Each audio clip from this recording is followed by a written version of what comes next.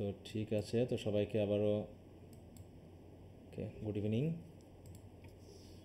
তো আমরা পড়ছিলাম হচ্ছে অ্যান অ্যাপোলজি ফর পোয়েট্রি। তাতে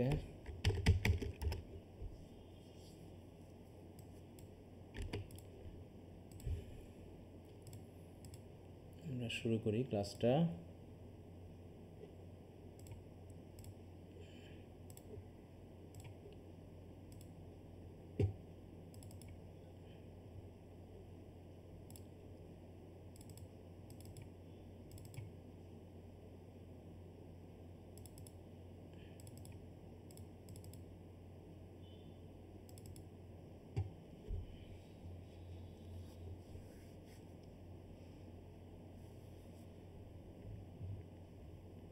আচ্ছা, গতদিন পর্যন্ত আমরা মোটামুটি প্যারাগ্রাফ 19 পর্যন্ত পড়েছিলাম, তাই না?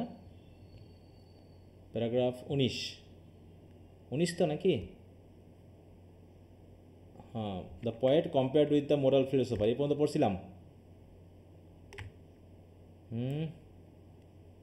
জি স্যার। আচ্ছা আচ্ছা, তাহলে অনেক কিছুই তোমরা নিশ্চয়ই বুঝতে পেরেছো যে কী কী বলা হচ্ছে এখানে। তোমার যেহেতু অ্যাপোলজি ফর পোয়েট্রি, অর্থাৎ পয়েট এবং পোয়েট্রি নিয়ে তার পক্ষে তিনি ডিফেন্সিভ মোডে তুলনা করছেন বিভিন্ন ব্রাঞ্চ অফ নলেজের সাথে এবং ম্যান অফ, তাই তো, আদার ব্রাঞ্চেস অফ নলেজের সাথে দিয়ে তিনি দেখাতে যাচ্ছেন যে পয়েট এবং পোয়েট্রি আর অলওয়েজ সুপিরিয়র, এইটা, তাই না? এগুলো একটু খেয়াল রাখবা, কারণ এইভাবেই কোশ্চেন আনসারগুলো লিখতে হবে বইয়ে, এখানে যেভাবে দেওয়া আছে। ওকে, তাহলে আমরা মোরাল ফিলোসফারের সাথে তুলনা করে দেখলাম, তাই তো। হিস্ট্রির সাথে এখন তুলনা করা হবে, মেনলি ম্যাথমেটিশিয়ান, তারপরে অ্যাস্ট্রোনমার, এদের সাথে তুলনা করা হচ্ছে। আমরা একটু দ্রুত যাওয়ার চেষ্টা করব, যেখানে এক্সাম্পলগুলো আছে সেগুলো বাদ দিয়ে পড়বো, অতটা আমাদের দরকার নাই। এখন পোয়েট্রি কম্পেয়ার্ড উইথ হিস্ট্রি, হিস্ট্রির সাথে কীভাবে তুলনা করা হচ্ছে।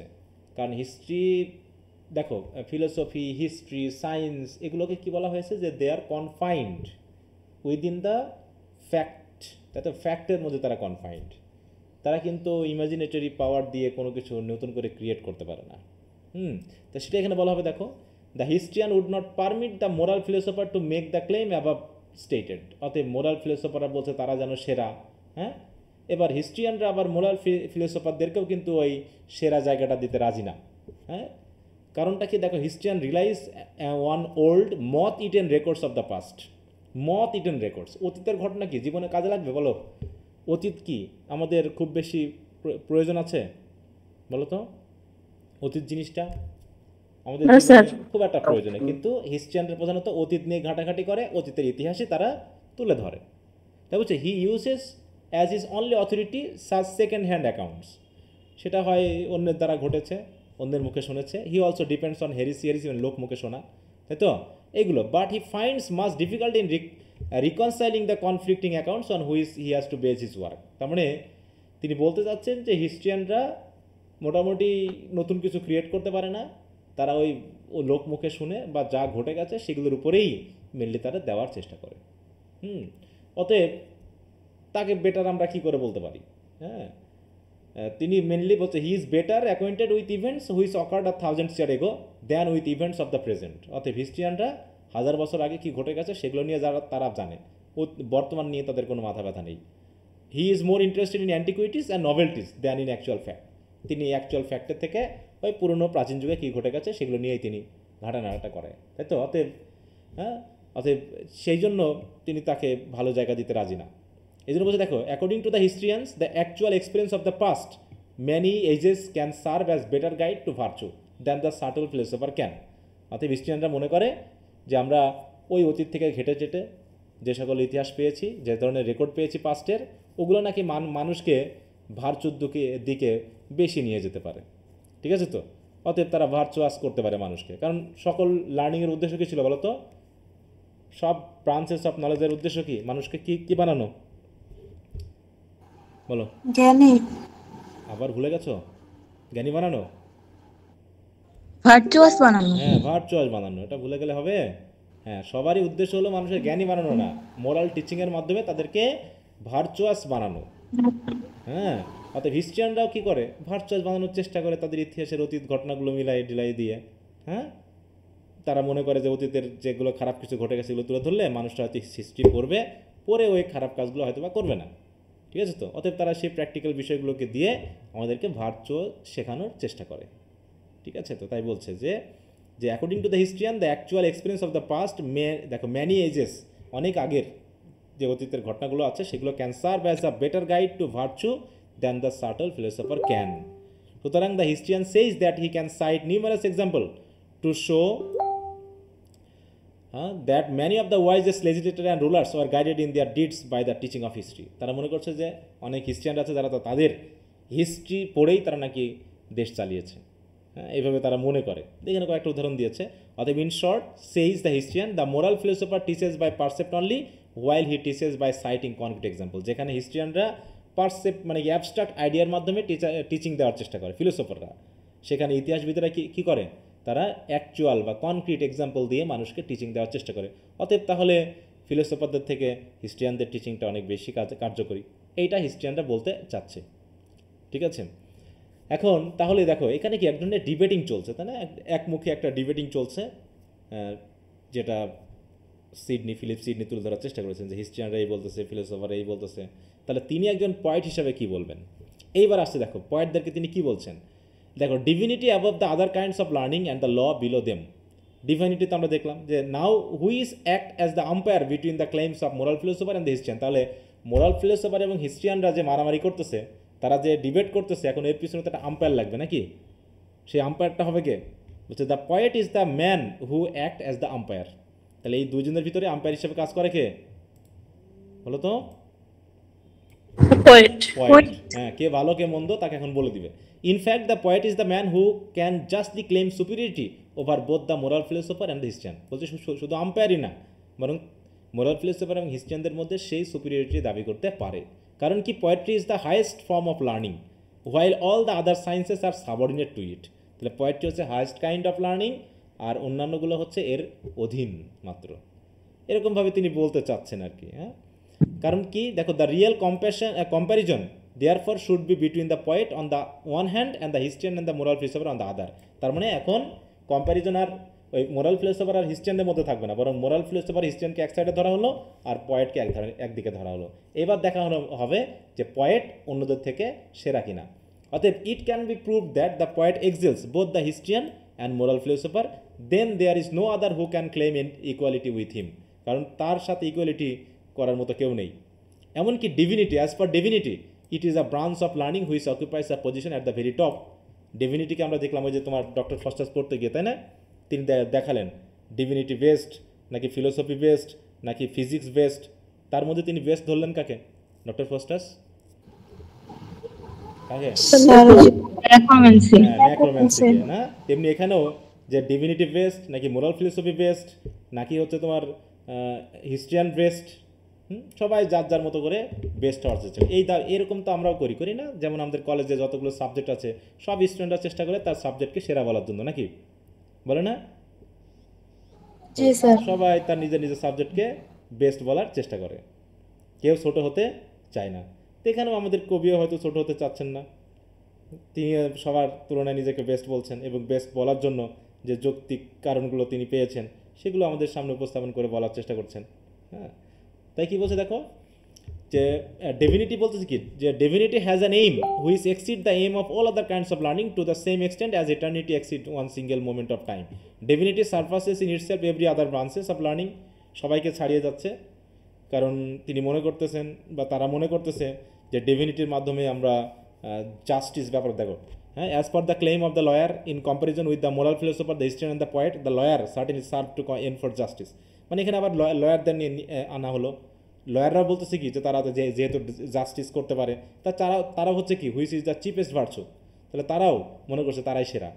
But the lawyer is concern only with the limited task of making sure that no man does any wrong, হ্যাঁ, টু হিজ ফেলো ম্যান। কিন্তু ওদের কাজ হলো শুধুমাত্র যে যাতে কোনো মানুষ অন্য মানুষের প্রতি কোনো খারাপ কিছু না করতে পারে সেটা দেখা। এছাড়া তো ওদের কোনো কাজ নেই।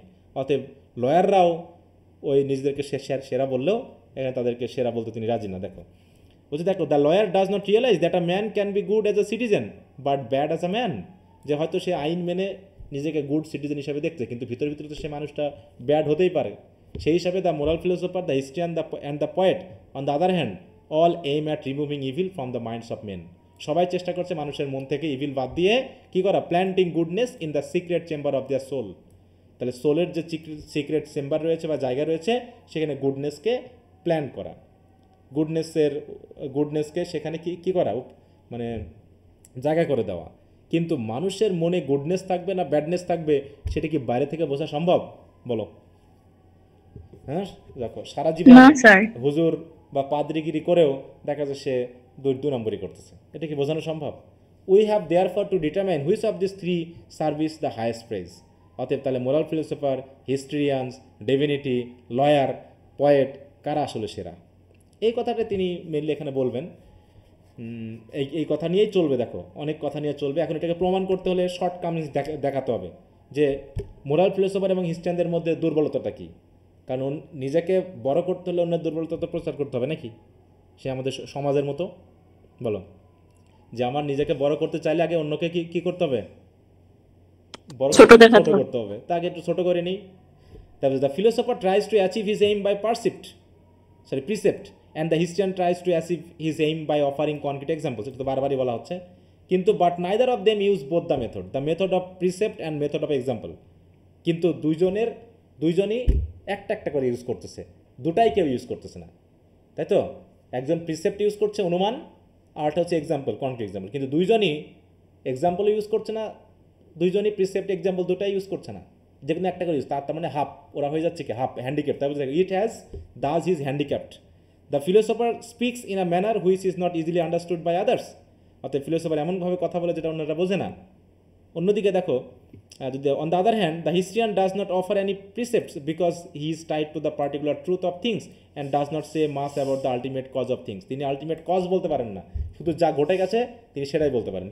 দেখো কোনো মানে কি বলো, রিপোর্টে কোনো সংবাদে কিন্তু কি ঘটবে ভবিষ্যতে এইটা হিস্ট্রিয়ানদের বলার ক্ষমতা নেই, যা ঘটেছে শুধু সেটাকে তুলে ধরায় তাদের কাজ। অতএব the historian is devoted to what is so that he does not go into what should B.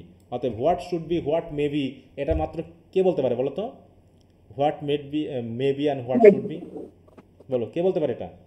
Poet বলতে পারে। হ্যাঁ, শুধুমাত্র পয়েট বলতে পারে। হ্যাঁ, তাই হচ্ছে দেখো, poet supplies the short Cummins of philosopher. অতএব হিস্ট্রিয়ান এবং ফিলোসোফারের মধ্যে যে শর্ট কামিং সেটা শুধুমাত্র পয়েট সাপ্লাই করতে পারে।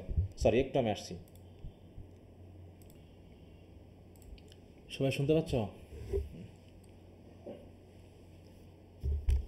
শোনা যাচ্ছে আমার কথা? জি স্যার। আচ্ছা,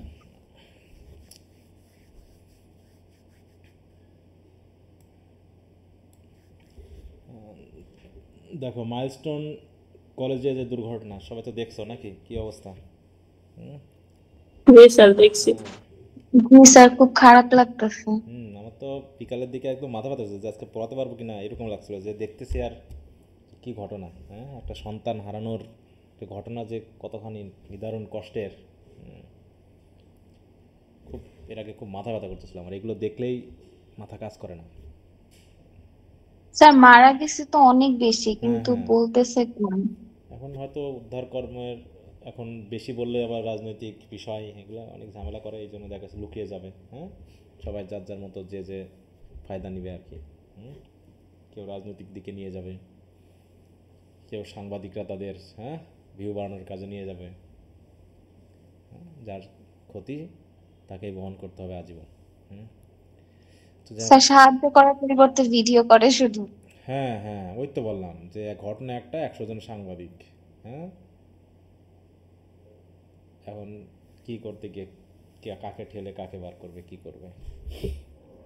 ওকে, তো যাই হোক, তা বলছে the poet supplies the shortcomings of the philosopher and historian. তার মানে এদের ভিতরে যে দুর্বলতাগুলো আছে সেগুলো পূরণ করে হচ্ছে পয়েট, কারণ পয়েট এক্সাম্পল এবং প্রিসেপ্ট দুটাই ব্যবহার করে, এরকমটা বলবে। হ্যাঁ, দেখো the merit of the poet is that he performs the function of both the philosopher and the historian. সে দুটার কাজই করে। The poet gives a complete picture of what according to the philosopher should be done. তাহলে ফিলোসোফারের মতে যা কিছু করা লাগবে সেটাও যেমন দেয়। The poet in other words translate the philosopher's precept into concrete example. তাই প্রিসেপ্টটা ইউজ করে এক্সাম্পল বানাই। যেমন আমরা অনেক সময় বিভিন্ন বিষয় বলতে গিয়ে কারো কারো নাম বলি না, যেমন হচ্ছে তোমার দেবদাস পার্বতী বলি কি না? আসে না? জি তারপরে স্যার। এই যে ডক্টর ফস্টাসই কি এখন যারা যারা পড়েছে অন্তত ডক্টর ফস্টাস কথায় কথায় ইয়া করবে না যে এ তো ডক্টর ফস্টাসের মতোই হয়ে গেল, এ ম্যাকবেথের মতো। তাহলে এখানে আমরা কিন্তু কনক্রিট এক্সাম্পল না, মানে এগুলো কি একদম কোনো কনক্রিট হিস্ট্রি না, কিন্তু তারপরেও এখন আমাদের মাথায় এগুলো হিস্ট্রির মতো হয়ে গেছে। হ্যাঁ, তাই বলছে দেখো যে পয়েটটা কী করে, ওই ফিলোসফারদের যে প্রিসেপ্ট দেয় অনুমান নির্ভর যে বিষয়গুলো দেয় সেগুলো এক্সাম্পলে রূপান্তরিত করে। অতএব thus the poet combines the general notion with the particular example. অতএব the poet offers a complete picture by placing before us কী জিনিস দেখো, concrete images of what of that which the philosopher describe in mere words. যারা কথায় বলে গেছে সেগুলোর example সহ তিনি যেন আমাদের চোখের সামনে দিয়ে যাচ্ছেন। হ্যাঁ, এরকমভাবে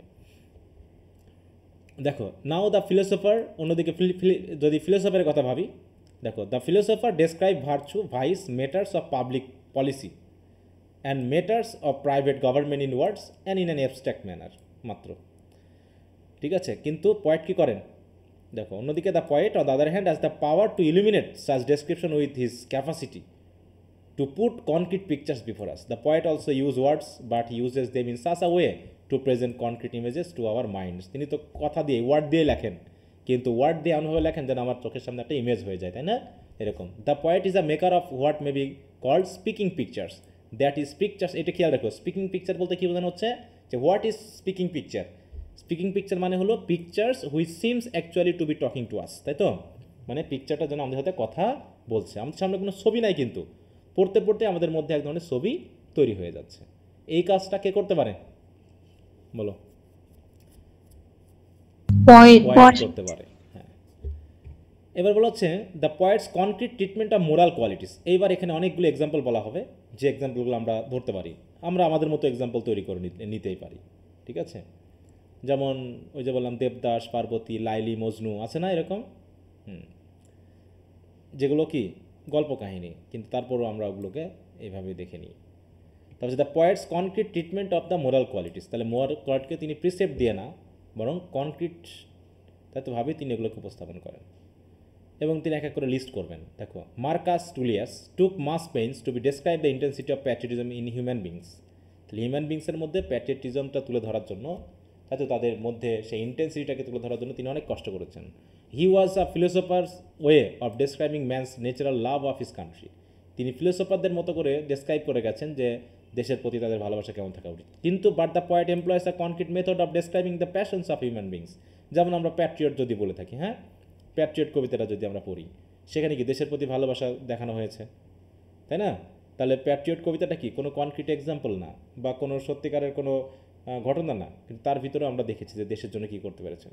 in order to understand patriotism more effectively we should go through Homer's account of, দেখো হ্যাঁ, অ্যানসাইজেস সে speaking in the midst of the burning city of Troy. তাহলে বার্নিং সিটি অফ ট্রয়ে তাতে ওল্ড অ্যানসাইজ তিনি কী করছেন, ওখানে তিনি দেশের জন্য কথা বলছেন, সেখানে বোঝা যাবে যে দেশপ্রেম কাকে বলে। Two understand the intensity of a man's love of his country we may go through Homer's account of Ulysses bewailing his absence from his native island of Ithaca, even though he was at that time enjoying all the delights which his mistress Calypso could offer to him. তাহলে সে তার দেশ থেকে দূরে থেকে সে বিওয়েলিং করতেছে, কান্না করতেছে, কষ্ট পাচ্ছে, যে কারণ সে 20 বছর তার দেশে থাকেনি, দেশের জন্য তার মন কাঁদছে। কিন্তু যখন দেশে ফিরে আসলো তখন কেমন হলো বলো তো? দেশে ফিরে এসে আর ভালো লাগলো? ইলিসিস কবিতা আমরা কি আর ভালো লাগেনি, তাই না? তো এইভাবে দেখানো হচ্ছে অ্যাঙ্গার ইজ এ প্যাশন, মানে সব ধরনের প্যাশন কবিদের মধ্যে কোনো না কোনো কবি তুলে ধরেছে। অন্যদিকে দেখো anger is a passion which was regarded by the Stoics as fit of madness. But to understand what anger really is, anger যে আসলে কাকে বলে এটা যদি আমরা দেখি, we should read Sophocles play Ajax. Ajax যদি পড়ি তাহলে বুঝতে পারবো যে রাগ কাকে বলে। In which the hero Ajax is shown on the stage killing and whipping sheep and oxen thinking them to B the Greek army led by Agamemnon and মেনেলাস।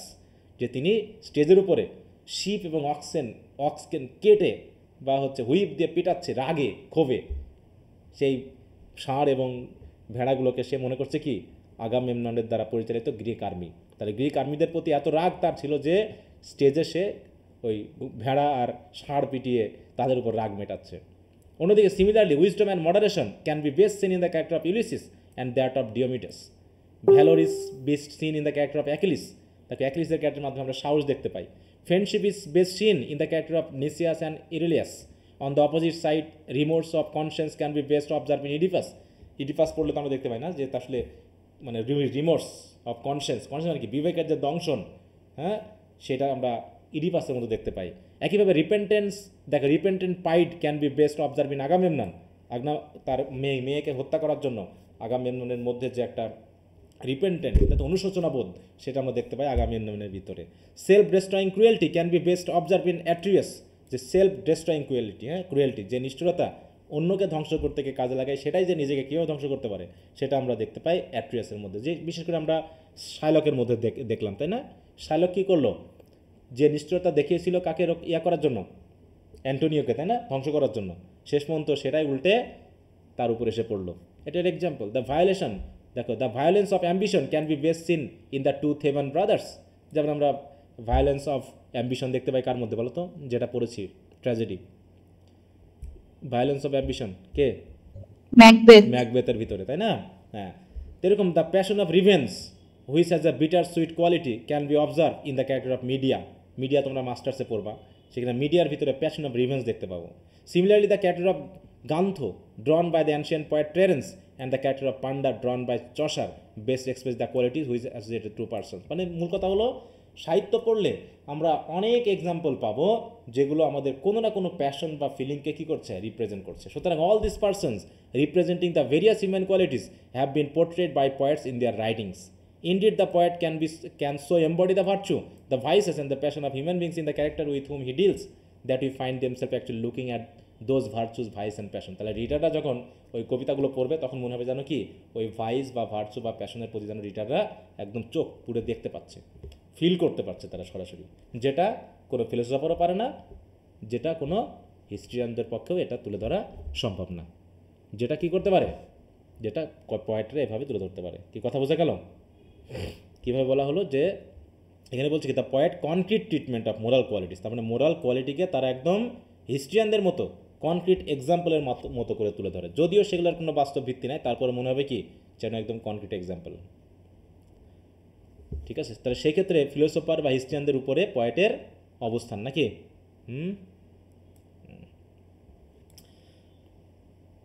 আচ্ছা, আরও অনেক এক্সাম্পল আছে, আমরা এতগুলো দেখবো না।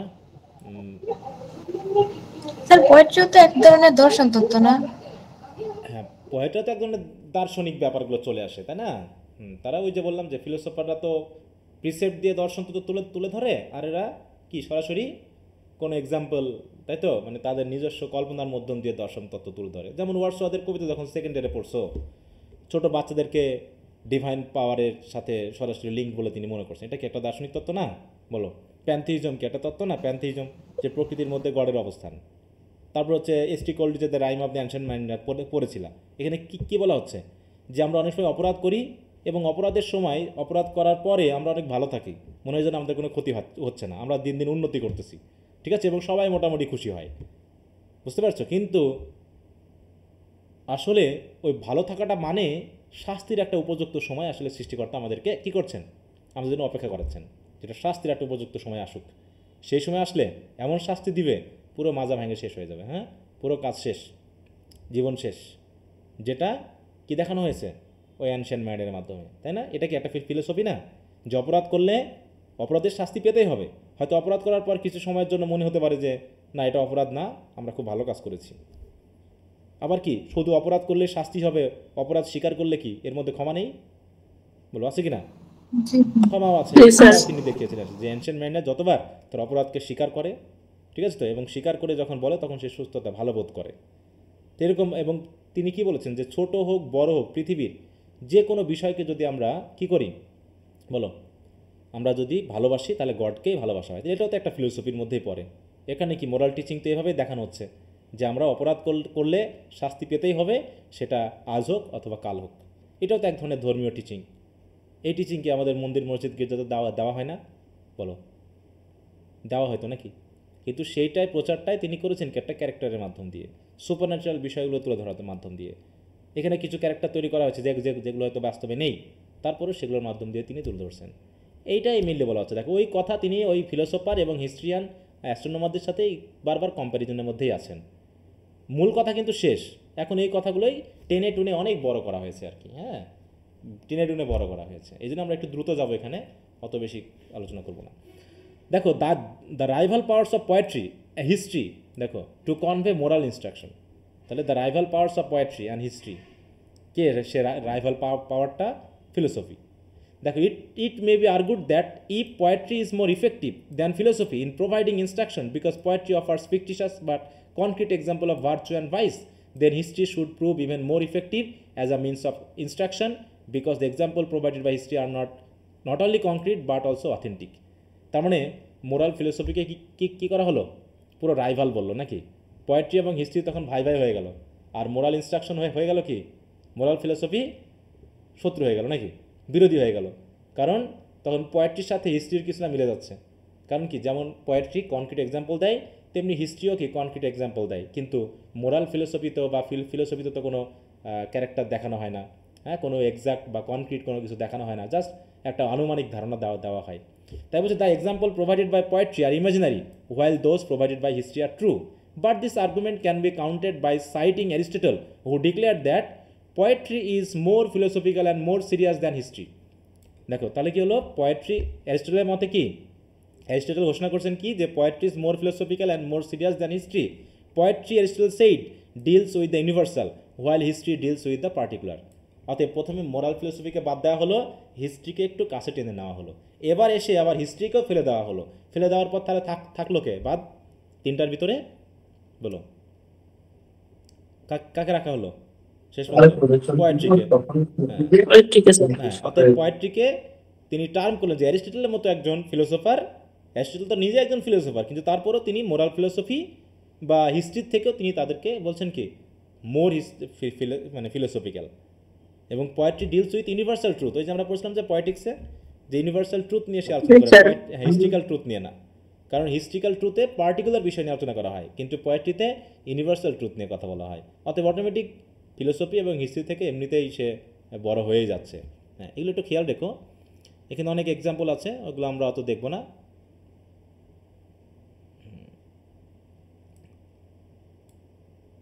আচ্ছা, অতএব হোয়াট ম্যাটার্স ইজ দ্যাট, আচ্ছা, what matters is whether the actual truth of portrayal is more effective in conveying moral instruction to the reader or whether the fictitious element in portraying is more effective in doing so. তার মানে এখন মূল কথা হলো কোনটা বেশি effective, মানে হচ্ছে ফিকটিশাস এলিমেন্ট নাকি অ্যাকচুয়াল এলিমেন্ট বা অ্যাকচুয়াল ট্রুথ। হিস্ট্রি তো অ্যাকচুয়াল ট্রুথ তুলে ধরে, আর পোয়েট্রা হচ্ছে ফিকটিশাস এলিমেন্ট তুলে ধরে। তাহলে কোনটা মানুষের কাছে সবচেয়ে বেশি গ্রহণযোগ্য হয়ে যায়, কোনটা মানুষের মাথায় সবচেয়ে বেশি করে গেঁথে যায় বলো তো? হিস্ট্রির ক্যারেক্টারগুলো নাকি স্টোরির ক্যারেক্টারগুলো? কোনগুলো?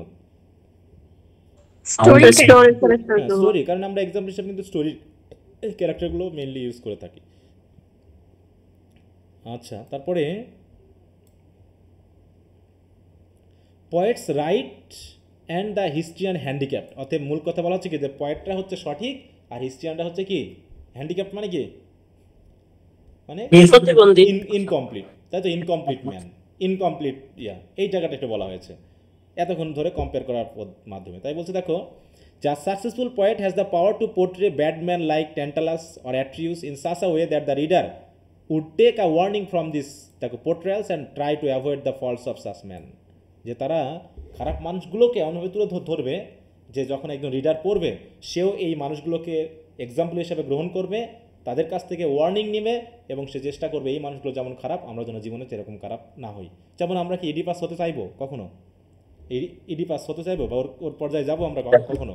আমরা নিশ্চয়ই অ্যাভয়েড করার চেষ্টা করবো। যে আমরা বলি না বারবার, ইডিপাস চাইলে তো অ্যাভয়েড করতে পারতো, যে সে জানে যে সে তার মাকে বিয়ে করবে বা বাবাকে হত্যা করবে, তার মানে সে চাইলেই এমন করতে পারতো যে তার বড় বয়সে কোনো মানুষকে সে খুন করবে না, বা হচ্ছে তার থেকে বড় যদি একদিনেরও কোনো মেয়ে হয় তাহলে সে বিয়ে করবে না। আমরা এখন মনে মনে এটাই ভাববো যে আমার জীবনে যদি এরকম কোনো ভবিষ্যৎবাণী থাকে তাহলে এই কাজগুলো আমি কখনো করবো না। দ্বিতীয়ত হলো মানে ডক্টর ফাস্টাস। তাহলে ডক্টর ফাস্টাস যেভাবে করেছে, হ্যাঁ, নিজের সোল বিক্রি করে দিয়ে, আসলে নিজের সোল বিক্রি কর্তা বলতে কি আমরা কি ওরকম শয়তানের সাথে যুক্তি করবো? বলো, শয়তান কি আমাদের কাছে আসবে? এরকম কিছু হবে? বলো, নাকি আমরা আমাদের জীবনের সাথে স্যার মানুষ হ্যাঁ ঘুষ ওইরকম নেওয়া, মানুষ খুবই করে। হ্যাঁ ঘুষ নেওয়া, দুর্নীতি করা, তাই না? যেমন ম্যাকবেথের যে বিষয়টা বলা হয়েছে, ম্যাকবেথ এত বেশি অ্যাম্বিশাস হলো যে একজনকে খুন করে মনে করলো সে রাজত্ব পেয়ে খুশি হয়ে যাবে, কিন্তু আসলে কি সে খুশি হলো বলো?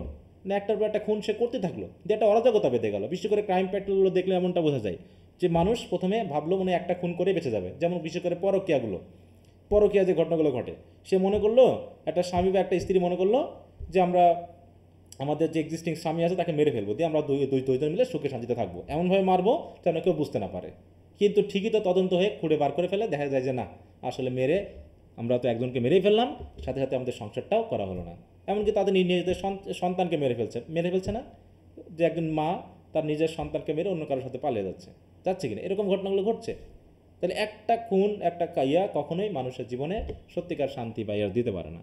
তো এরকমভাবে আমরা হয়তো ওয়ার্নিং নিতে পারি যে এই ঘটনার দিক থেকে আমরা কখনোই আমরা যেন ওই কাজগুলো না করি। আমরা ম্যাকবেথের মতো করবো না, আমরা ইডিপাসের মতো করবো না, আমরা তারপরে হচ্ছে সেই প্যাট্রিয়ট ইয়ার মতো কী বলবো ডক্টর ফস্টাসের মতো করবো না, হ্যাঁ, তারপর হচ্ছে ডন জোয়ানের মতো করবো না, নাকি?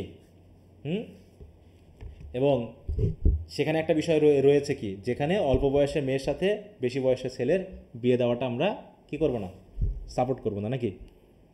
কারণ এটা কখনোই একটা সুখী সমাজ দিতে পারে না। কিন্তু এখন তো বর্তমানে এগুলো হচ্ছে না, দেখা যাচ্ছে বাবার বয়সে দাদুর বয়সের ছেলেদের বিয়ে করছে না মেয়েরা।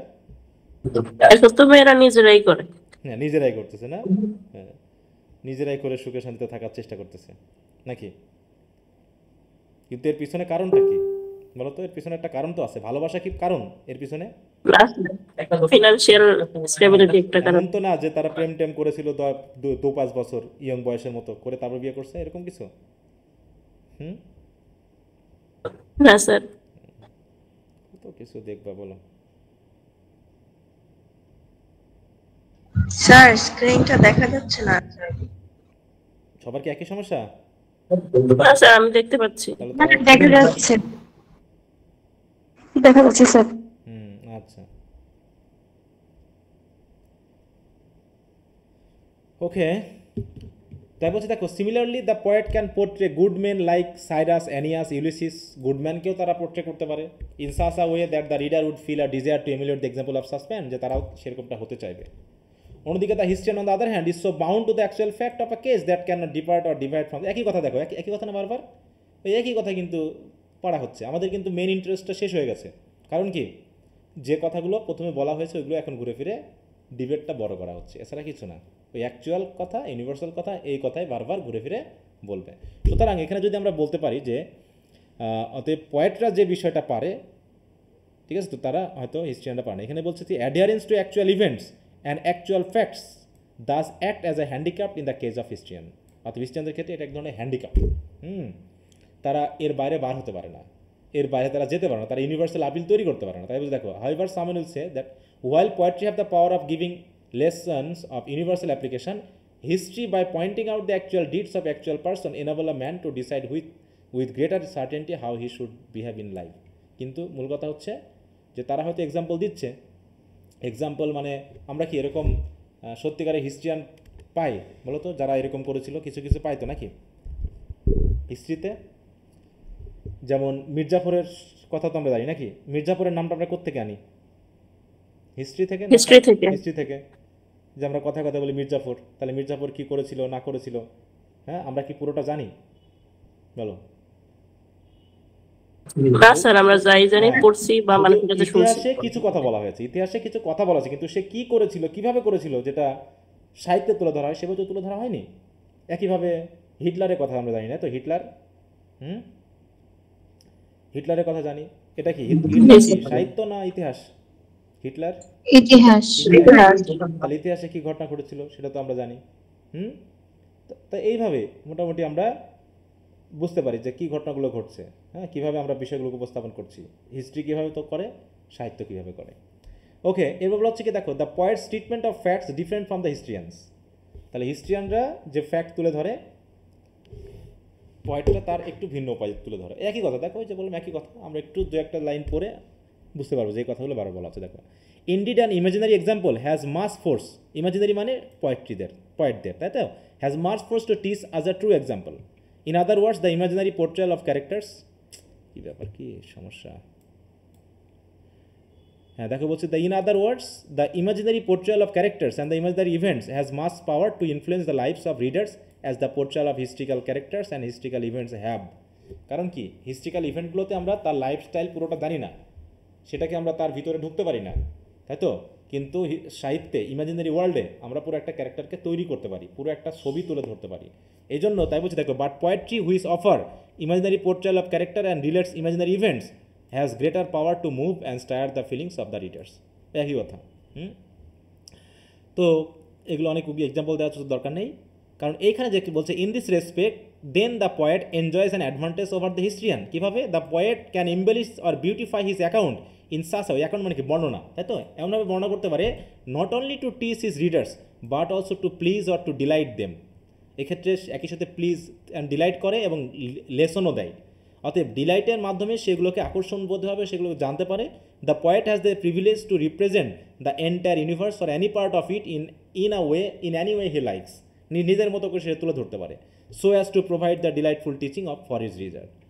And if only a few poets have achieved success in this respect it is not the fault of poetry but of the poets who fell short of excellence. অতএব যদি কোনো পোয়েট্রিতে বা পোয়েমে এমন এক্সিলেন্সটা না থাকে তাহলে সেটা তো পোয়েটের দোষ, এটা তো আর পোয়েট্রির দোষ না, তাই না? তার মানে এই দিক থেকে বোঝা গেল যে ডিলাইটফুল টিচিংটা পোয়েটটা দিতে পারে, সেটা হিস্ট্রিয়ানরা দিতে পারে না। কারণ হিস্ট্রিয়ানরা ইমাজিনারি ক্যারেক্টার না, বরং সেটা অ্যাকচুয়াল ফ্যাক্টগুলোকে তুলে ধরতে গিয়ে সীমাবদ্ধ থাকে, তারা বিষয়গুলোকে পুরোপুরি অ্যাকচুয়ালি অ্যাকাউন্ট বা বর্ণনা করতে পারে না। এই জন্যই তারা পুরোপুরি মানুষের মনে কী করতে আপিল করতে পারে না, তাই না? ডিলাইটফুল টিচিংটা তারা দিতে পারে না। অতএব এই ক্ষেত্রে পোয়েটসদের ট্রিটমেন্টটা অনেক বেশি অ্যাকচুয়াল আর কি। হ্যাঁ, দেখো পয়েটিক জাস্টিস ইন পোয়েট্রি, এই কথাটা এবার খেয়াল রাখো। পয়েটিক জাস্টিস এটা নতুন আসলো। পয়েটিক জাস্টিসটা যেন কী ছিল অ্যারিস্টটলের মতে? পয়েটিক জাস্টিসটা কি বলো? ভালো মানুষ কি হবে? রিওয়ার্ড পাবে, আর খারাপ মানুষ কি হবে? শাস্তি পাবে, যেটা সাহিত্যের প্রধান উদ্দেশ্য। দেখো, if it be regarded that history teaches human beings the lesson that, এটা খেয়াল রাখো, virtuous people R rewarded while the wicked ones are punished. The answer is that poetry conveys this lesson even more effectively. Poetry মানে সাহিত্য, সাহিত্যে এই জিনিসটা আরও ভালো করে দেখানো হয়। Poetry depicts virtue in its best color, so the reader becomes enamored of it. Enamored মানে আকর্ষিত হওয়া, ভার্চুর প্রতি আকর্ষিত হওয়া। When we read the poet's account of how Ulysses faced all his ordeals and misfortune with untiring patience, and when we read further that Ulysses ultimately achieved success and prosperity, we experience a desire to follow his example. অতএব আমরা ভার্চুকে এমনভাবে তুলে ধরছি যাতে ইউলিসিসের মতো না, যে তিনি কীভাবে ধৈর্যের সহিত সকল মিসফরচুনগুলোকে তিনি ফেস করেছেন, কীভাবে তিনি আলটিমেটলি সাকসেস পেয়েছেন, এটা ফলো করলে অটোমেটিক আমরা মানুষেরাও কী করি, ওইভাবে তার মতো হতে চাই। Similarly when we see evil in men in poetry coming to grief, we feel no desire at all to follow their example. আমরা তেমনি খারাপ হতে চাই না। In other words, poetry shows good and brave men triumph at the end. It also shows evil men defeated at the end. নাকি খারাপ মানুষ কি হয়, পরাজিত হয়, আর ভালো মানুষ বিজয়ী হয়। এরকম কয়টা ঘটেছে? এরকম উদাহরণ বলো একটা আমাদের পড়া থেকে। তোমরা চাইলে নিজেদের মতো উদাহরণ দিতে পারবা এইগুলোর ক্ষেত্রে। বলো, ভালো মানুষের শেষ পর্যন্ত বিজয় হওয়া উদাহরণ দাও একটা। ভালো মানুষের মার্চেন্ট অফ ভেনিসে অ্যান্টোনিওর যে বিজয়টা হয়েছে এটা অ্যান্টোনিও। আর খারাপ মানুষের পতন, সেটাও যদি আমরা মার্চেন্ট অফ ভেনিস ধরি তাহলে যে জু ছিল, শাইলক। হ্যাঁ, এইভাবে আমরা দেখতে পারি। ঠিক আছে, তো ভালো মানুষের ব্যাপারটা থেকে কম খারাপ মানুষের ইয়াটা একটু বেশি পোর্ট্রেল আছে না? ইডিপাস বলছে কি, ইডিপাস সে তো খারাপ হলো, তারপর ডক্টর ফাস্টাস, ম্যাকবেথ, এদিকে ভলপনি পাবো, হ্যাঁ, তারপরে মার্চেন্ট অফ ভেনিস বলছে দ্য ডাচেস অফ মালফি, সেখানেও আমরা দেখবো যে virtue rewarded but wicked ones are punished. ঠিক আছে তো? ওকে, এইভাবে দেখানো হচ্ছে, কিন্তু হিস্ট্রিতে কীভাবে দেখানো যায় বলো? বলছি, in other words poetry shows good triumph and evil men defeated then, but history can not depart from the actual facts of a case, so that history may have to depict a bad man becoming triumphant, অনেক সময় খারাপ মানুষ উন্নতি করতেছে, অথবা good man becoming defeated. In this way, history may dissuade the reader from following the example of good men and may encourage him to follow the example of evil men. হ্যাঁ, ইতিহাসে বা বাস্তব জীবনে দেখি অনেক ভালো মানুষ, এই খারাপ মানুষ ভালো করতেছে, আবার ভালো মানুষ খারাপ অবস্থায় চলতেছে। এইটা তাই বলছে হিস্ট্রি একটা ডিসঅ্যাডভান্টেজ।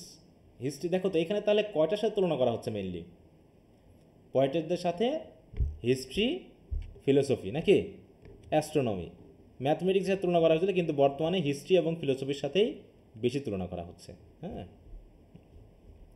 আচ্ছা, এখানেও কিছু উদাহরণ দেওয়া হয়েছে, আমরা এই অংশটা পড়ব না, এখানে অনেকগুলো এক্সাম্পল দেওয়া আছে, ওটা দিয়ে বোঝানোই হচ্ছে যে ওই ভালো মন্দের ব্যবহারটা। হ্যাঁ, যে যেমন হিস্ট্রি দেখো, হ্যাঁ, must depict the tyrannical Julius Caesar achieving to highest honour, যে তার মতো টিরানিক্যাল মানুষ কী করছে, হাইয়েস্ট অনার পাচ্ছে, যেটা এখানে দেখানো হলো যে হিস্ট্রিতে খারাপ মানুষকে উন্নতি করতে দেখানো হয়ে গেছে, বা ভালো মানুষের খারাপ কিছু দিয়ে দিয়েছে, অতএব সে মোরাল টিচিংটা হিস্ট্রি সরাসরি দিতে পারছে না। হ্যাঁ, দেখো সক্রেটিস কী ছিল, ভালো মানুষ ছিল, তাই নাকি? তারপর শেষে কী করা হলো, তাকে কী করা হলো, তাকে কি উন্নতি করানো হয়েছে? তাহলে কি হিস্ট্রি বলতেছে কি ভালো মানুষের শাস্তি হচ্ছে? তাহলে তো হিস্ট্রি ফলো করলে তো আমরা মোরাল টিচিং পাবো না, এরকমটা দেখানো হচ্ছে আর কি এই উদাহরণগুলোতে। সুতরাং to sum up, the poet excels, খেয়াল করো আবারও বলতেছে কি, the poet excels the historians in so far as he not only supplies knowledge to the mind of the reader but also depicts just and good men being rewarded in life. In this way, the poet encourages the reader to emulate the example of the just and good men. The poet therefore deserves a higher position not only than the historian but also than the philosopher. একই কথা, হ্যাঁ, যে philosopher এবং হিস্ট্রিয়ানদের থেকে পয়েটদের পজিশনটা মোটামুটি higher. এবার হচ্ছে the power of poetry to move the reader minds. অতএব পোয়েট্রির একটা পাওয়ার আছে যেটা কী করতে পারে, মানুষের মনকে মুভ করতে পারে, মানুষের হৃদয়কে নাড়া দিতে পারে। ঠিক আছে, এটা একটু বলছে, even it be admitted that the philosopher teaches more perfectly than the poet because philosopher follows a more methodical procedure. হ্যাঁ, যে ফিলোসফাররা কী করতে পারে, পয়েটদের থেকে আরও পারফেক্টলি টিচ করতে পারে নাকি, এটা অ্যাডমিট বলছে, ইভেন ইট বি অ্যাডমিটেড, যে আমরা যদি স্বীকার করেও নিই যে পয়েটদের থেকে ফিলোসফাররা বেশি টিচ করতে পারে, because the philosopher follows a more methodical, কারণ ওদের একটা প্রসেস আছে, একটা step by step. Yet the philosopher cannot equal the poet in the latter's capacity to stir, to move the mind of the reader. মানুষকে যে নাড়া দেওয়া, মানুষের হৃদয়ে যে একটা আপিল তৈরি করা, এটার ক্ষেত্রে ফিলোসফি পারে না। This capacity to move the mind of a greater value than mere teaching, because the power to move the mind is very nearly the cause of teaching and also the effect of দেখো teaching, হ্যাঁ, cause and effect দুটাই। Nobody can receive the teaching of his mind is not first moved by the desire to be taught. তাহলে যদি তার আগ্রহ না হয়, হ্যাঁ, মুভ মানে কি, আগ্রহ হওয়া, আপিল তৈরি করা, সেটা যদি আপিলিংটা যদি না হয়, teaching has no value of it, does not move a man to act upon the lesson which is taught. তাহলে কি, যে লেসনটা সে পাবে, সেই লেসনটা দ্বারা যদি সে হৃদয়ে আলোড়ন সৃষ্টি না হয়, তাহলে তো সেটা থেকে তো শিখবেই না। অতএব ফিলোসফিদের ক্ষেত্রে এটা হয় না, তাই তো, ফিলোসফির ক্ষেত্রে এটা হয় না, কিন্তু পয়েটদের ক্ষেত্রে হয়। Aristotle said, it is not only knowing that it is important but acting upon the knowledge that one has to acquire, and nobody can act upon any moral lesson unless his mind is moved by desire to act upon. একই কথা, হ্যাঁ, যে মানুষ যদি তার একটা ভালো কিছু শিখে, যদি সেটা দ্বারা সে আগ্রহী না হয়, তাহলে ওর শেখা দিয়ে কোনো লাভ নাই। এক্ষেত্রে তাহলে পয়েটরা একটা সুবিধা ভোগ করে যেটা ফিলোসফারদের নাই। এবার হচ্ছে philosophers way very difficult to follow. ওদিকে হিস্ট্রিয়ানদের নিয়ে কথা বলা শেষ, এবার ফিলোসফারদের নিয়ে শুরু হয়েছে। ফিলোসফি বোঝাটা কঠিন, মানুষের ক্ষেত্রে ফলো করাটা কঠিন, হ্যাঁ, কারণ তারা প্রিসেপ্ট দেয়, অ্যাবস্ট্রাক্ট আইডিয়া নিয়ে কথা বলে, এইগুলোই। দেখো কি বুঝতে পারছো যে এই কথাগুলো কিন্তু একবার বলা হয়ে গেছে নাকি? হ্যাঁ স্যার, ঘুরে ফিরে একই কথা আসতে পারে, ওইগুলোই আবার ঘুরে ফিরে দেখো প্রচুর পরিমাণে ডিসক্রাইব করতেছে। ওই ইভিল গুড, ওই মানুষের মধ্যে নাড়া দেওয়া, মানুষের প্রিসেপ্ট দেওয়া, ইত্যাদি ইত্যাদি, এইগুলোই দেখো। তাহলে দেখো, the philosopher certainly shows his readers the best way they must follow. তাহলে ফিলোসফাররা হয়তো তাদের রিডারদেরকে বেস্ট ওয়ে দিতে পারে ফলো করার জন্য, but the way shown by his is so tedious and so full of wrong turning that the traveller is lose to ride, মানে তারা সঠিক দিক ফলো করতে পারে না। In view of the difficulty which is a disciple of philosophy has to face, not only they will follow the philosopher who are prepare to undergo, একই কথা, যা দরকার নেই আমাদের। সুতরাং আমরা এই জায়গায় একটু আসতে পারি যে আফটার অল, এই জায়গায় দেখো, হ্যাঁ, after all the philosopher himself derives the distinction between good and evil from the ideals implanted him by nature. দেখো তারাও ওই নেচারের মধ্যে থেকেই খুঁজে পায়, আর নেচার ফলো করা মানেই পয়েন্টদের মতো বলছে what is followers need then is to be moved act upon what then, ওই মুভিং করা, হ্যাঁ, যে রিডারটা যাতে ওটা জানার পর একটু মুভড হয়, আর এই মুভটা যদি না হয় তাহলে তো হলো না। Or to be moved with the desire to know more, হয় তারা অলরেডি যা জেনেছে তাই দিয়ে মুভড হবে, অথবা তারা জানার জন্য মুভড হবে। হ্যাঁ, মানে মুভড হওয়া মানে কি, আগ্রহী হওয়া, তাই তো, টাস্ট হওয়া, এটাকে বোঝাতে যাচ্ছে। তাহলে এই গেল ফিলোসফিদের দুর্বলতা, তাদের ঘাটতি, ঠিক আছে। তো এই অন্যদিকে দেখো the poet is the Monarch of all branches of learning, অর্থাৎ বলছে পয়েটদেরকে কী বলা হচ্ছে, মোনার্ক বলা হচ্ছে, হ্যাঁ, রাজা বলা হচ্ছে। The poet is the Monarch of all branches of learning, এই যে কিছু কিছু জায়গায় যে জিনিসগুলো বলা হচ্ছে এগুলো খেয়াল রাখতে হবে। হি not only shows the way, তাই তো, সবাই যেমন ওয়ে দেখাচ্ছে, হিস্ট্রি ওয়ে দেখাচ্ছে, ফিলোসফি ওয়ে দেখাচ্ছে, হ্যাঁ, কিন্তু ফিলোসফির ওয়েটা অনেক সময় কেউ ফলো করতে পারে না। তাই বলছে যে পয়েটটা কী করে, he not only shows the way but lends such charm to the way as will attract any man to follow it. তাহলে শুধু দেখাবেই না পথটা, বরং দেখাতে গিয়ে এমন চার্ম দেখাবে যে অন্য মানুষরাও অ্যাট্রাক্টেড হবে তাকে ফলো করার জন্য। The poet does not begin with abstract or difficult definition, যেমন ফিলোসফিতে বিভিন্ন ডেফিনেশন দেওয়া হয়, এই গুড বলতে এই বোঝায়, ব্যাড বলতে এই বোঝায়, এই ইত্যাদি, কিন্তু কোনো ডেফিনেশন পয়েটরা দেয় না, কোনো অ্যাবস্ট্রাক্ট ডেফিনেশন নিয়ে তাদের কাজ না। তাহলে হি does not load the memory with doubt, যেমন আমরা যখন ডক্টর ফস্টাস পড়েছি বা ডক্টর ম্যাকবেথ পড়েছি, ওখানে যা বলা হয়েছে যে ওগুলোকে আমরা মুখস্থ করেছি বলো তো, বলো আমরা কি, আমরা জাস্ট একবার পড়েছি তাই না, একবার পড়েছি, একবার পড়ার পরেই কি আমাদের বিষয়গুলো মাথায় আছে না, যে আসলে কি ঘটনা ঘটেছিল বলো।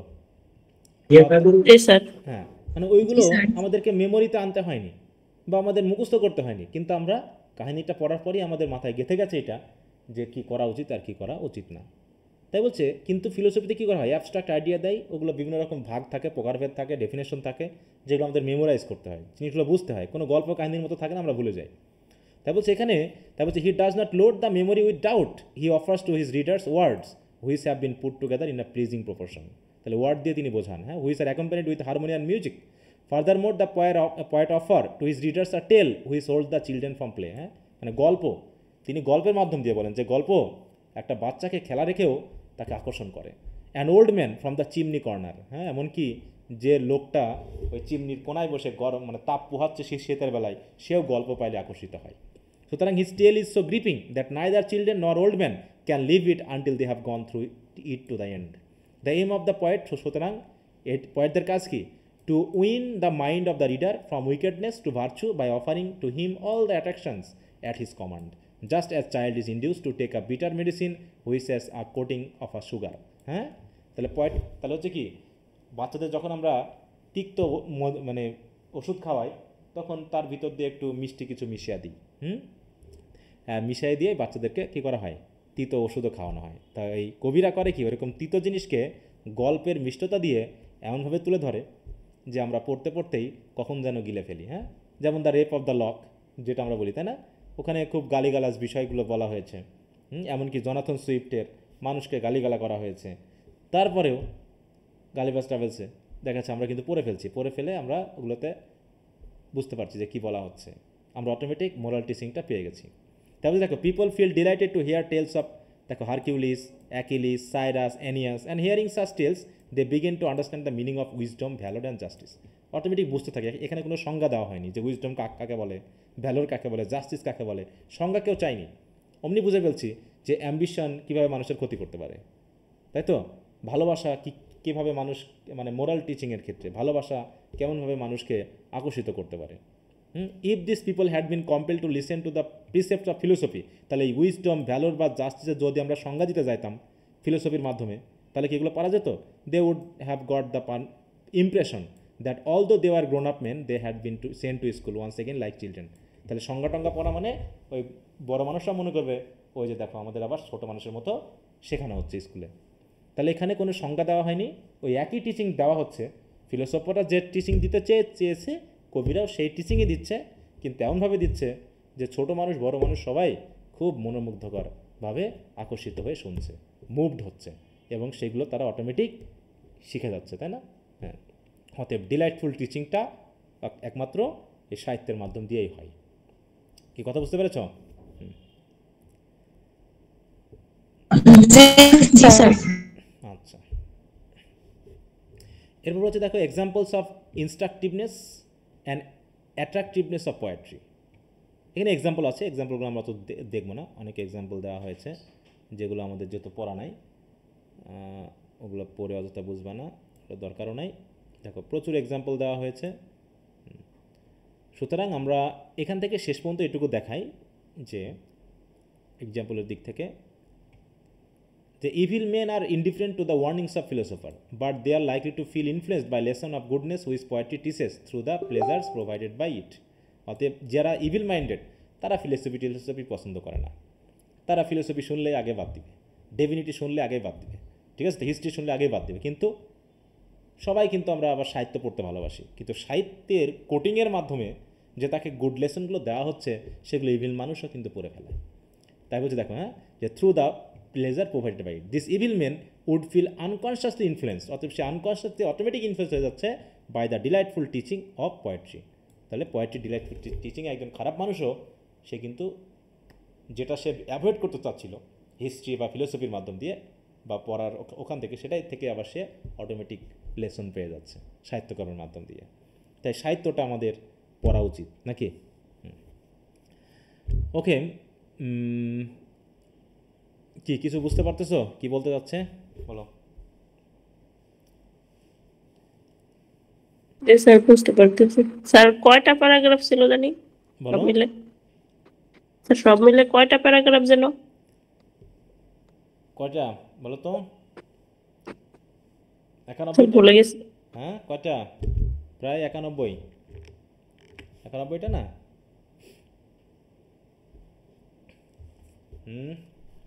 একটু বই থেকে দেখো একজন কয়টা।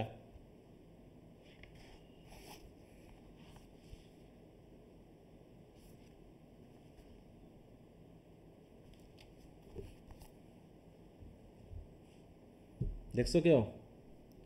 91 না 71? স্যার 77। ৭৭। 71 সম্ভবত, না 71? আচ্ছা,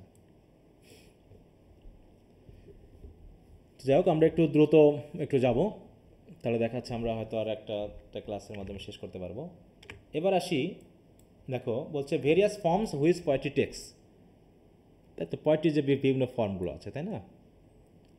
যেমন আমরা এর আগে পেলাম লিরিক আছে, এলিজি আছে, ইত্যাদি, যেরকম ট্র্যাজিক আছে, হ্যাঁ, ডিথিরাম্বিক ইত্যাদি ইত্যাদি। তো যাই হোক, the various forms which poetry takes, এখানে পোয়েট্রি বলতে কী বোঝানো হচ্ছে বলো তো? পোয়েট্রি বলতে শুধু কি পোয়েট্রিকে বোঝানো হচ্ছে না লিটারেচারকে বোঝানো হচ্ছে? লিটারেচারকে বোঝানো হচ্ছে। হ্যাঁ, লিটারেচার, তাই না?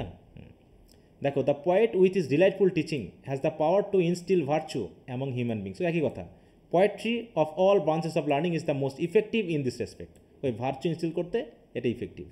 সাম people might find fault with poetry on the basis of shortcomings which they may discover in various forms which poetry takes. যে হয়তো পোয়েট্রির যে বিভিন্ন ফর্ম আছে সেখানে কিছু দুর্বলতা থাকতে পারে, ঘাটতি থাকতে পারে।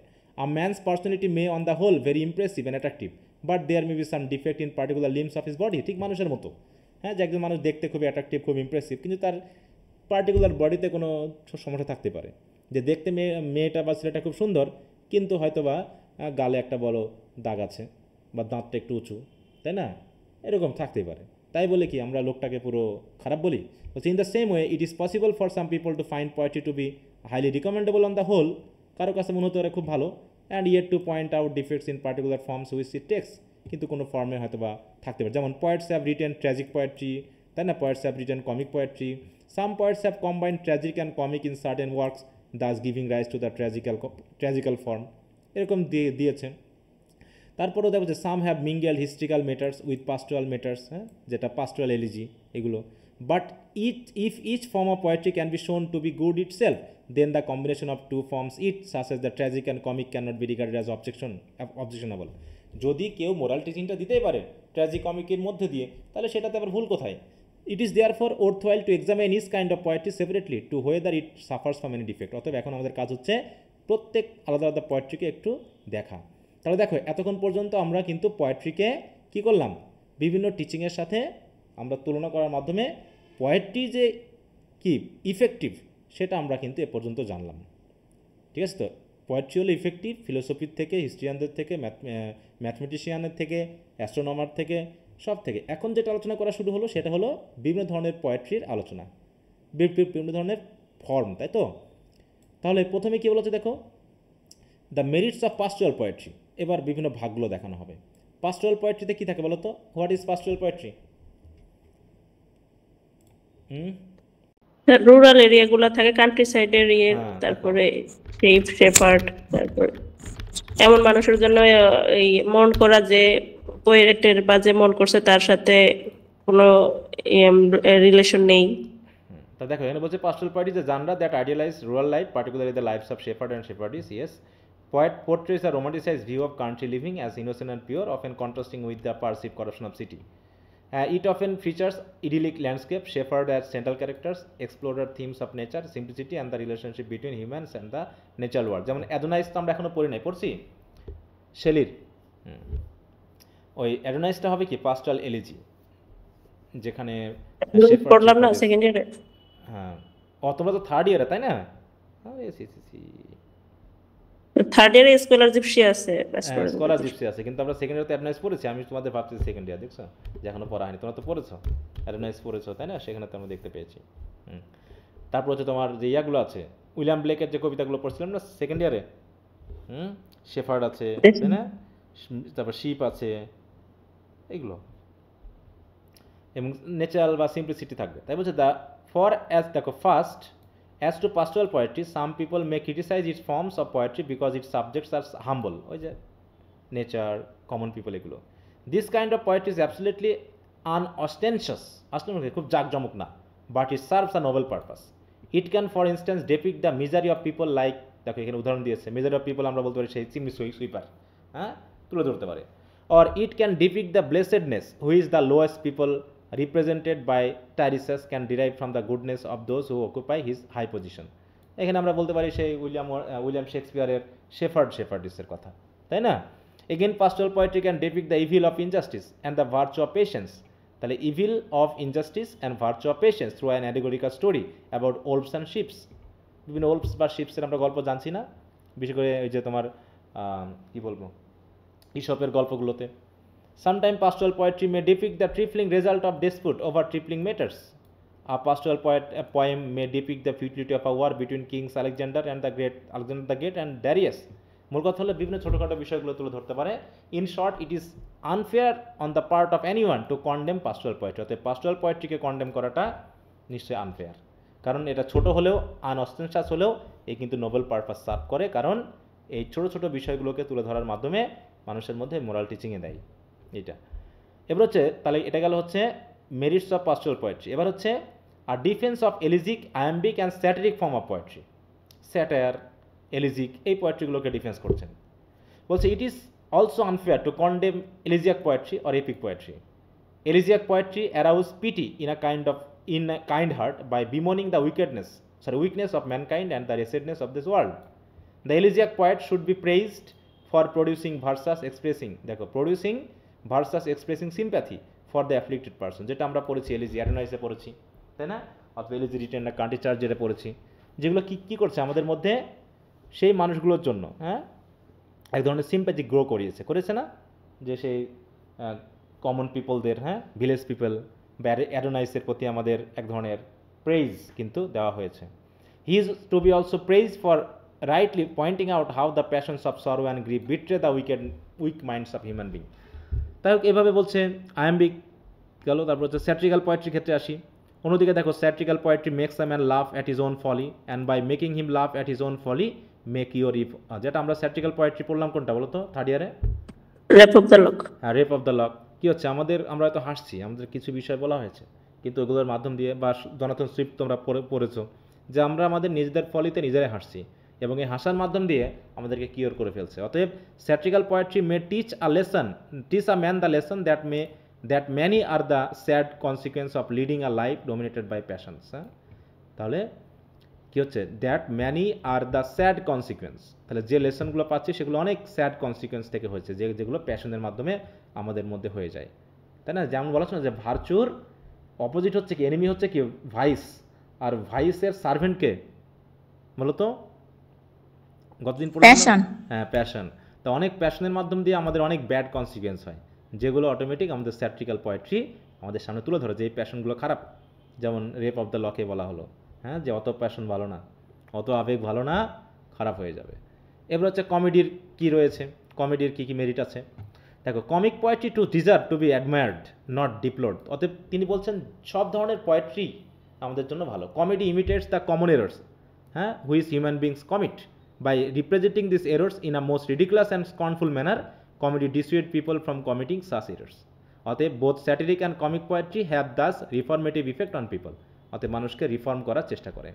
ওকে, তো এখানে যা হোক অন্য কিছু বলা হয়েছে অত আমাদের দরকার নেই,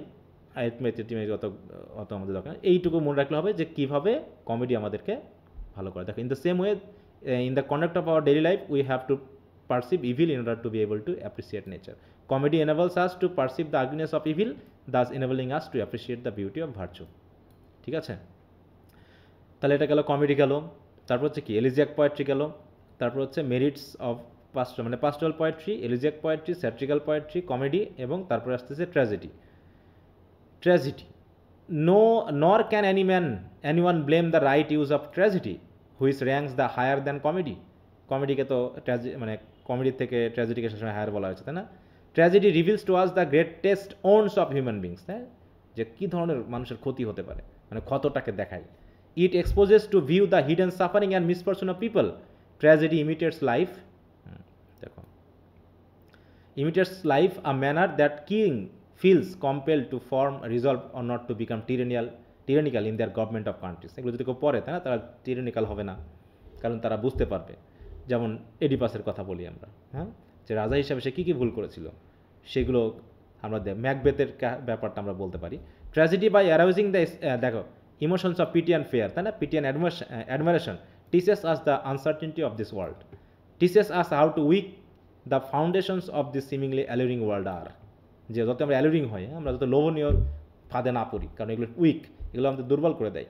tragedy can move the human heart to such an extent that even the ruthless tyrant Alexander, the ruler of, দেখো, ফেরাত, began to shed tears while witnessing a tragic performance of the stage. সেও কান্না শুরু করে দেয়, যে সে একজন এরকম রুলার হওয়া সত্ত্বেও ট্র্যাজিক পারফরমেন্স দেখে সে নিজেও কান্না করেছে। হ্যাঁ, এরকমভাবে মানুষকে মুভ করতে পারে ট্র্যাজেডি, তাই না? তারপর দেখো, this man who had mercilessly slaughtered large number of people including some of his own relations was yet move to tears on witnessing a tragedy on the stage.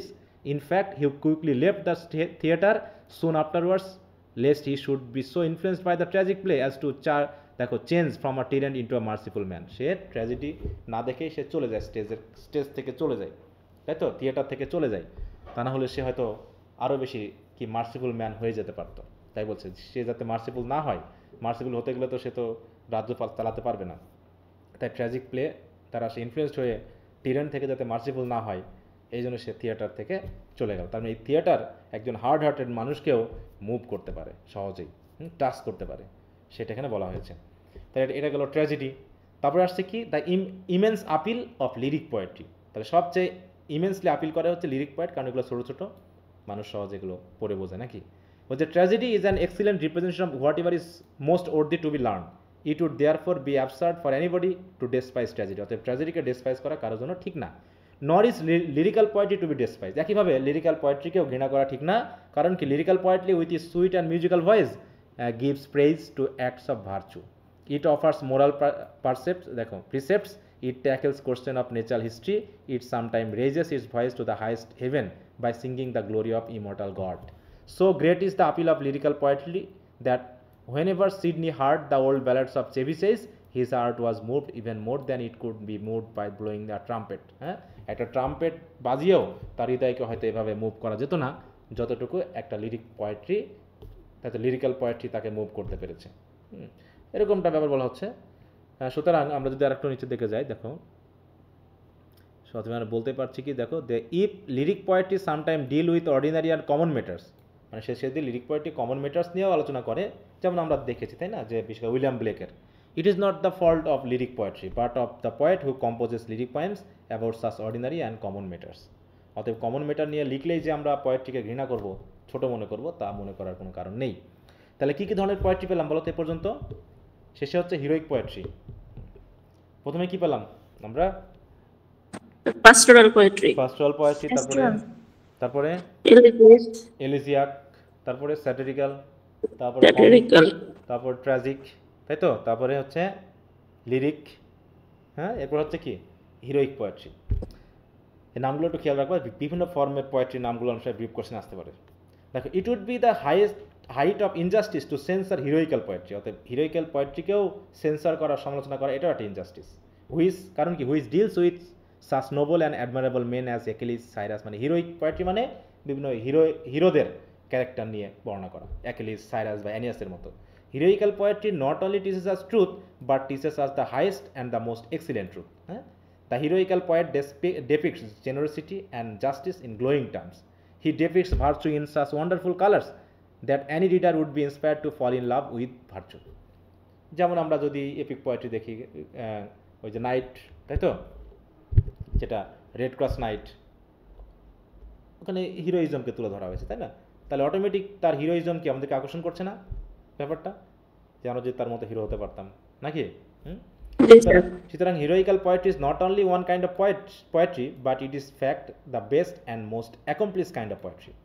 Is lofty image presented by heroical poetry inflames the mind of the reader with a desire to become as honourable and noble as Aeneas, মানে ওরকম হতে আমাদের ভালো ইচ্ছা করে আর কি। হ্যাঁ, এটাই মেনলি বলা হয়েছে।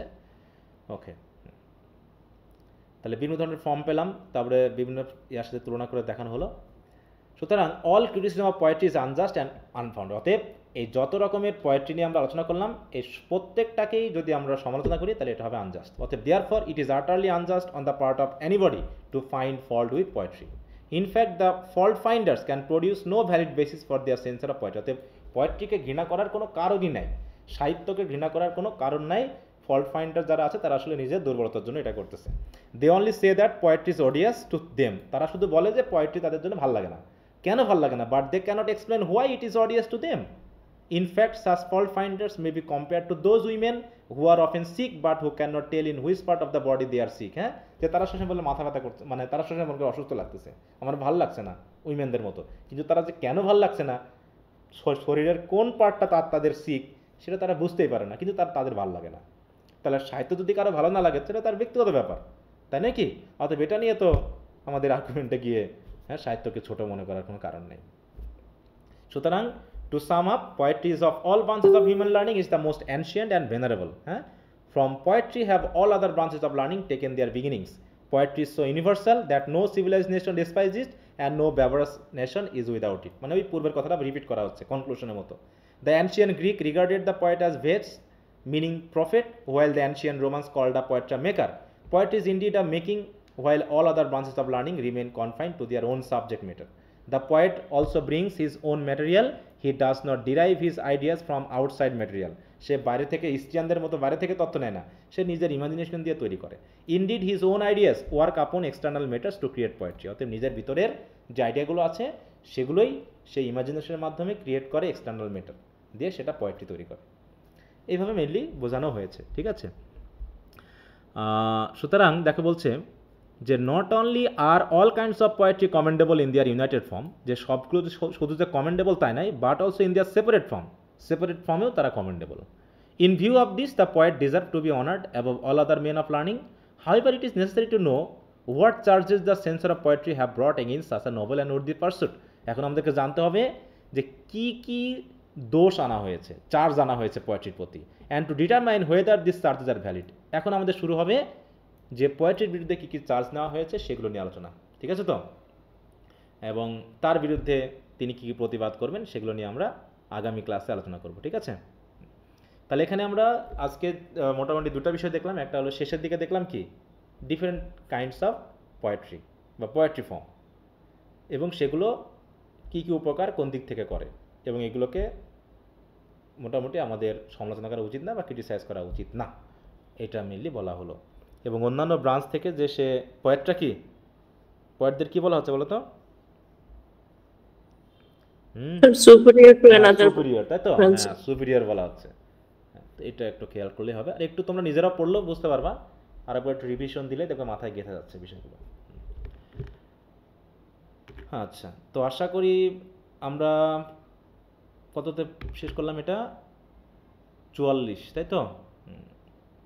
এরকমভাবে যেহেতু এখানে তেমন আলোচনা এখন সব একই জিনিস ঘুরে ফিরে এই অবজেকশনগুলো এইটাই হচ্ছে সবচেয়ে বেশি আর কি, এই যে অবজেকশনের এই জায়গাটা। সাম serious objection two poetry and answered, এইটাই হচ্ছে তোমাদের আরেকটা কোশ্চেনের জন্য গুরুত্বপূর্ণ। এটা একটু বড়, তারপরে যেগুলো আছে ওইগুলো আবার বর্ণনা আর কি।